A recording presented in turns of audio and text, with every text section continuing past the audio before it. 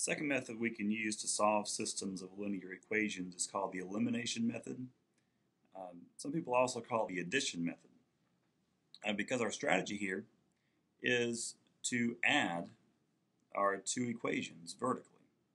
And we're still using the combining like terms method, to where we would add the x terms, add the y terms, and add the constants.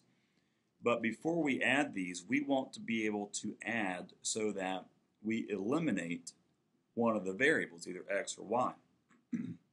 And so to do that, we need to multiply a number by one or both of the equations in order to do that. So looking at the first example, we have 2x plus 5y equal 8 and 2x minus 4y equal negative 10. And you want the coefficients to be the same number but the opposite sign. And so if we look at the x terms, notice that they're both 2's. But we want one of them to be a plus sign and another one to be a minus sign.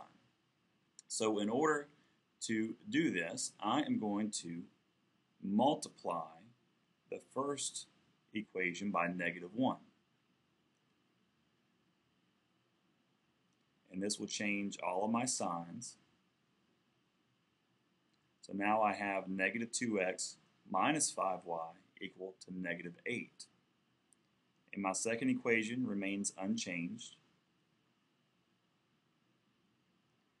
And now I want to add vertically. Negative 2x plus 2x is 0x, that cancels. Negative 5y minus 4y is negative 9y. Negative 8 minus 10 is negative 18. And notice that we do not have the x term anymore, so now we can proceed with solving the equation for y by dividing by negative 9. Negative 18 divided by negative 9 is a positive 2. And so this is part of our solution, but our answer is an ordered pair, so we found the y, so we need to go back and find what the x value is. We can do that by substituting into either equation. It does not matter which one we do. I'm going to substitute it into the second equation, simplify, and solve for x this time. So I'll need to add 8 to both sides.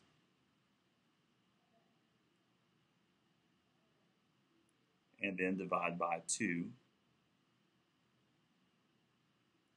which gives me x equal negative 1. Now writing this as an ordered pair, our answer is negative 1, comma 2.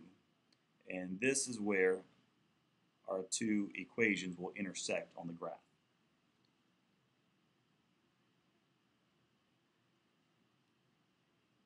And now turning to the second example, we're still doing the same thing, except we want, we still want the numbers in front of the variable to be the same. Notice we do not have this time, where last time we had 2 and 2 in front of the x's.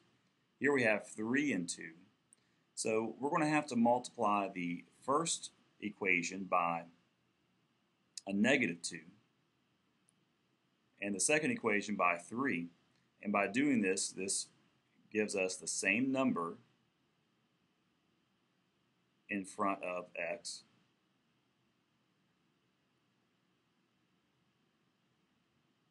but they still have the opposite sign.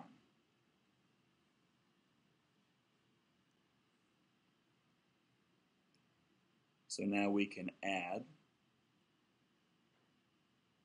The x's will cancel, and we have negative 19y plus 38. When we divide by negative 19,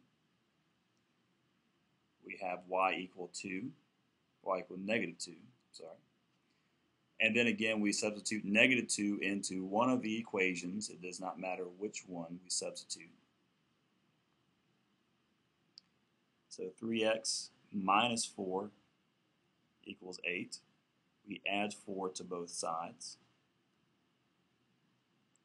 3x equals 12, so when we divide by 3, we get x equal 4. So our solution is negative 2, comma 4.